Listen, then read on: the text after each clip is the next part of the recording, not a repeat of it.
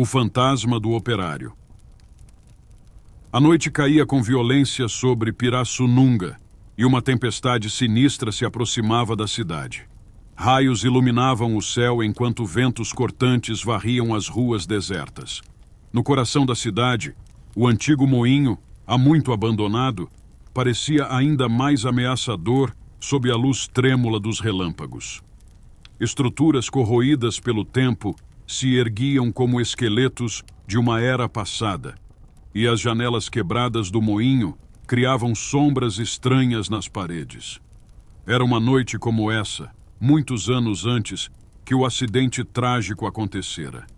Um operário, Jonas, havia morrido de forma brutal enquanto tentava consertar uma engrenagem emperrada. O peso da máquina cedeu, esmagando-o em segundos. Diziam que ele gritara por socorro, mas a tempestade abafou seus apelos. Desde então, nas noites de chuva, os moradores evitavam passar perto do moinho, temendo sentir o olhar frio de Jonas, preso entre este mundo e o próximo. Marcelo, um jovem explorador urbano, não dava ouvidos a essas histórias.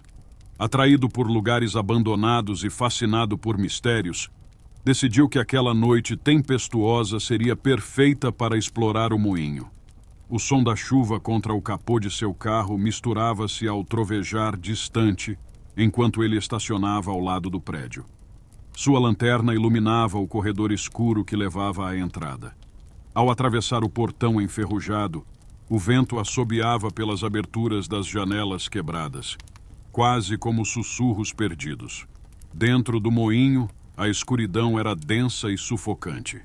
O cheiro de madeira podre e ferrugem impregnava o ar. Enquanto a lanterna varria o chão coberto de poeira, Marcelo começou a explorar. Cada passo ecoava de maneira surreal, como se as paredes amplificassem seus movimentos, tornando o ambiente opressor. Ele seguia pelos corredores, observando as enormes máquinas silenciosas, agora inertes. Restava apenas o silêncio incômodo de um lugar onde a vida há muito cessara. De repente, um estalo reverberou nas sombras. Algo metálico, como engrenagens movendo-se lentamente, ecoou pelo prédio. Marcelo parou, tentando entender a origem do som. O ar parecia mais frio e denso, como se uma presença invisível o envolvesse. Ele sentiu um arrepio subir por sua espinha e, por um breve momento, pensou em recuar. Mas então, ao virar uma esquina, viu algo que o fez parar completamente. Em uma das antigas salas de controle, à luz da lanterna, uma figura se materializava no fundo da sala. O reflexo nas janelas quebradas mostrava o contorno de um homem vestido com roupas de operário antigas. O semblante pálido e os olhos vazios de Jonas fixavam-se em Marcelo, como se o tempo tivesse parado. O operário estava de costas para a grande engrenagem que causara sua morte, e sua mão tremia enquanto apontava para ela. Marcelo, com o coração disparado, não conseguia se mexer. O fantasma parecia preso, repetindo o último gesto que fez antes de morrer.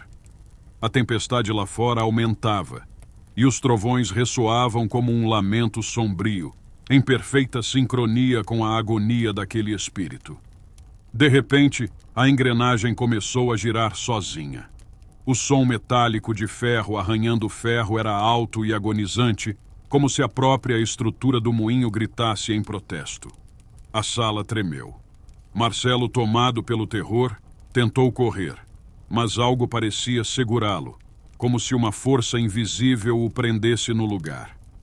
Ele olhou para baixo e viu sombras sinuosas enrolando-se em suas pernas, puxando-o lentamente em direção à máquina.